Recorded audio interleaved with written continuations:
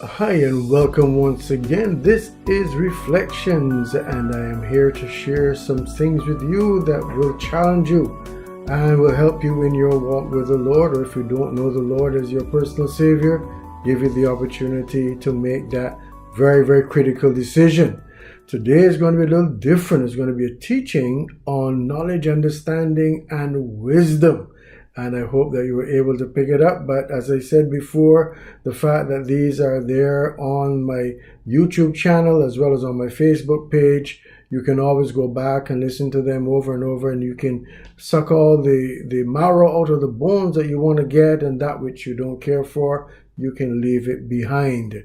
James 1 and verse 5 tells us, "If any of you lack wisdom, let him ask of God that giveth to all men liberally, and upbraideth not." He won't rebuke you for it, and it shall be given him. So if you lack wisdom, ask God, and he will give it to you, nothing being held back. I remember several years ago, I was in the country of Malawi on a missions trip. I love missions trips. And we had a crusade, open air crusade, and at the end of the crusade, we had prayer lines, and the team members who were there were praying for different African persons who came in the line. But there's one guy who came to me and he said, "Pastor, pray for me. I don't feel very smart. I need wisdom."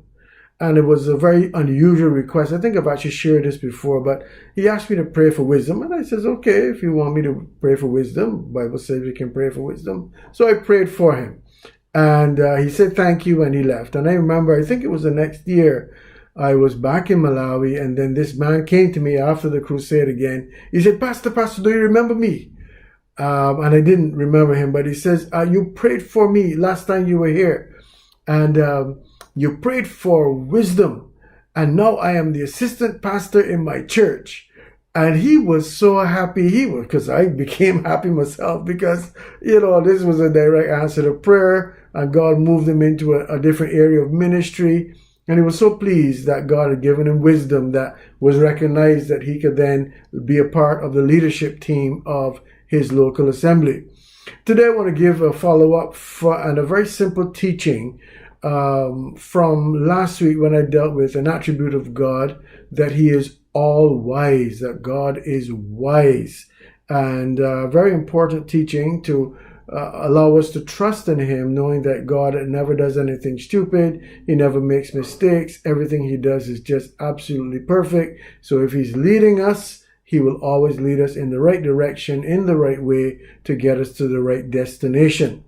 So in this teaching today, it's a simple teaching. I believe it's simple teaching, but I want you to apply it to 2021 and whatever you're facing in this year, to the COVID-19 pandemic, and of course to the situation with the vaccine. I know a lot of people who are seeking for guidance as to whether they should. There are people who have said, yes, I'm taking it, very happy, very comfortable with that. And then others who are saying, I am not comfortable with taking this vaccine. So I want to just give you some little principles that will help you make decisions in that regard. I am not here to tell you whether to take the vaccine. I'm not here to tell you how to deal with COVID. I'm here to tell you what is real, what is true, what is good. And then you take that and you apply it and you decide. Because whatever decision you make, you are responsible for that decision, and you have to live with that decision. Nobody's going to point a finger at Pastor D and say, well, Pastor D tell me to do this or do that. No, that's not going to happen.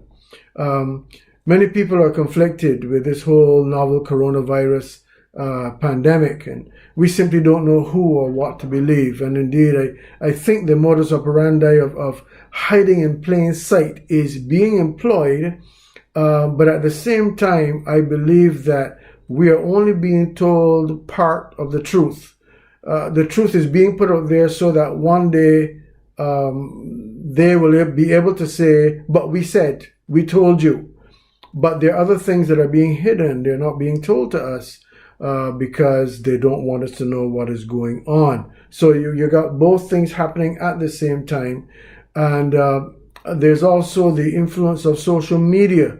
where a lot of people are able to give you their opinion. Some of it is total conjecture, total hype, while others are based on fact. The difficulty that we have is where one person says this is based on fact, another person says this is based on fact, but the two things are contradictory. And so we are in a difficult place, not knowing quite who or what to believe. So what I want to give you is some principles that will help you deal with that and be able to sort through and know what has to happen. There's also a blowback from the social media, because indeed there is truth that is coming from the social media platforms and the people who subscribe to them.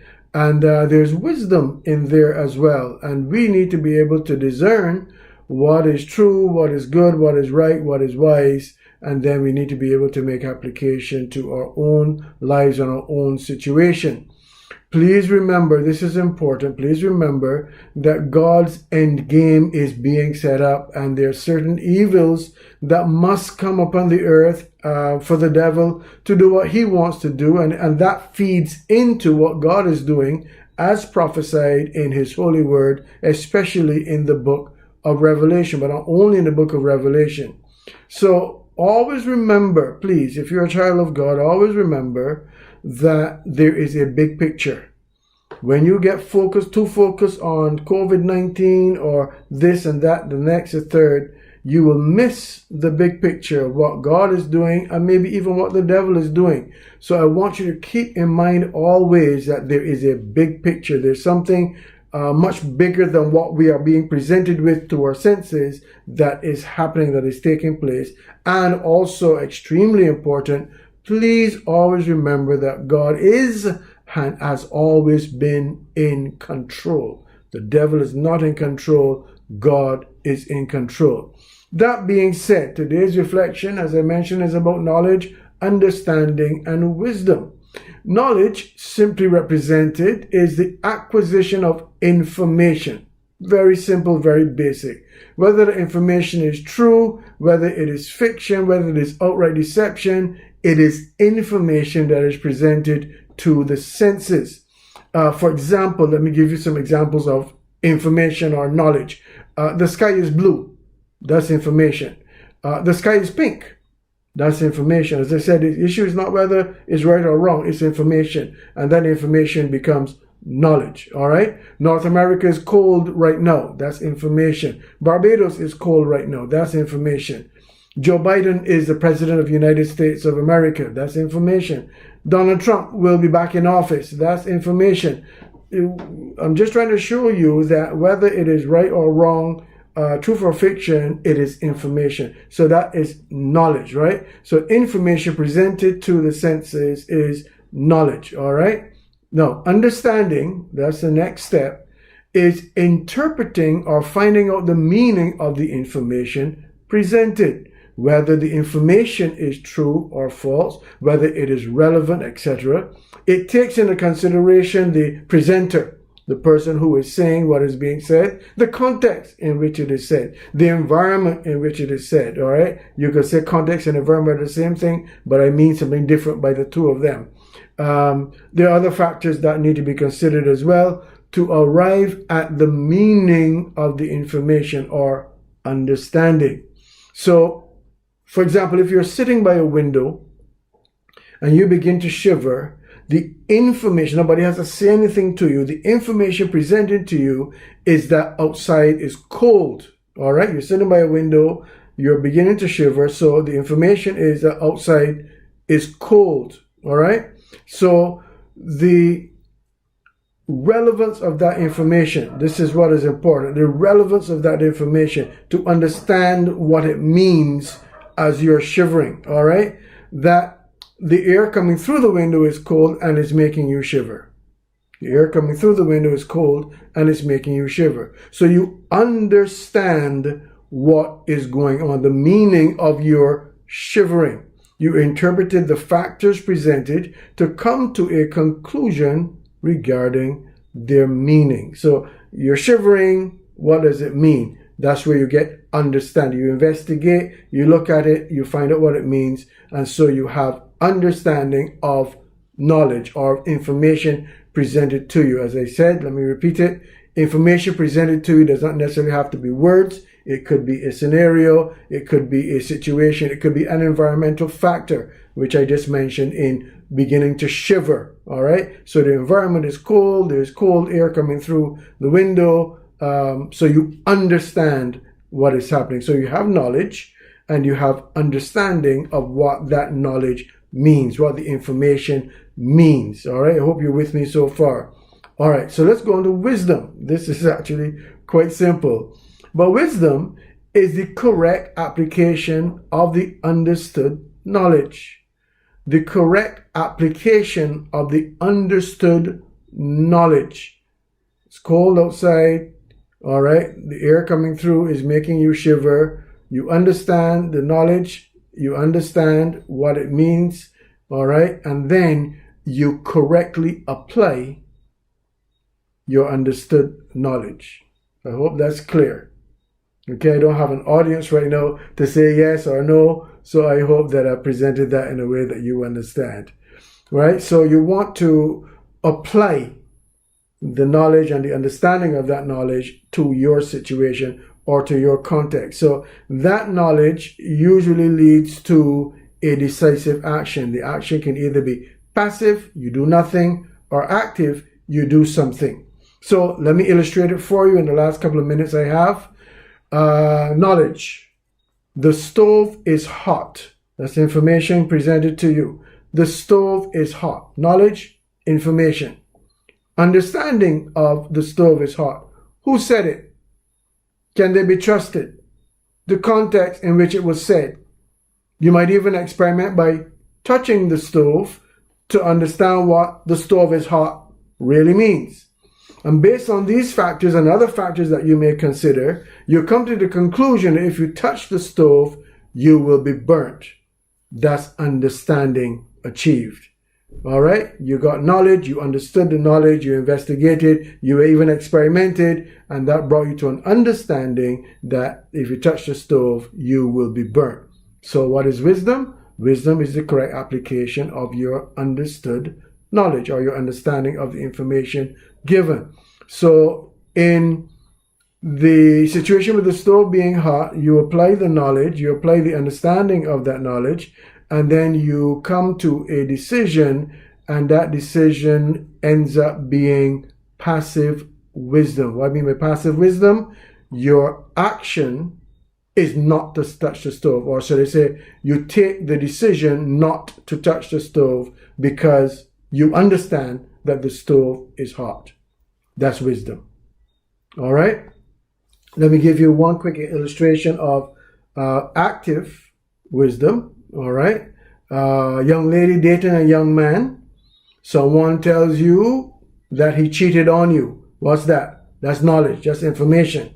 No, I'm not saying that you go and accuse the young man. I'm not saying that. I'm saying that you investigate to get understanding of what is true and what is false. Is what has been said to you, is it true or is it fiction? Okay? So you investigate the allegation and you find out it is true. Therefore, you have understanding that your boyfriend is an idiot. Okay? So now that you have knowledge, information, you have understanding of that information. Yes, he cheated on you. He's not a nice person. Then you have to apply wisdom. So you apply your wisdom properly by dumping the man. That is active wisdom. All right? With the stove, it is passive wisdom. You do not touch the stove. In this case, it is active wisdom, or the decision you make leads to an action that causes you to dump the guy and move on with your life. Okay, so your application can end up being passive or active, depending on the particular situation or the particular knowledge that you have. Now, here's what I want you to do. I mentioned it in the beginning. I'm mentioning it now at the end. Take the principle of information or knowledge, understanding of the information or knowledge, and then the correct application of your understood knowledge or your understood information. And I want you to take the vaccine information, investigate it, make a decision. Make a wise decision based on your understanding of the knowledge there. All right? The whole COVID-19 situation, the masks, the social distancing, the washing of the hands. I want you again, take the information, investigate it, make a wise decision, either active or passive. That's your decision to make. And then let's step back just a little bit further. 2021. All the information that is presented to you, investigate it, try to understand it, and make an active, wise decision as to how you will deal with it. All right? Take all the factors into consideration, what the world is saying, what the world is happening, but the God that you serve. Put them all together and make a wise decision and bring glory and honor to God. And if I may borrow from what I've been sharing with you, make 2021 great. God bless you. Thanks for being here.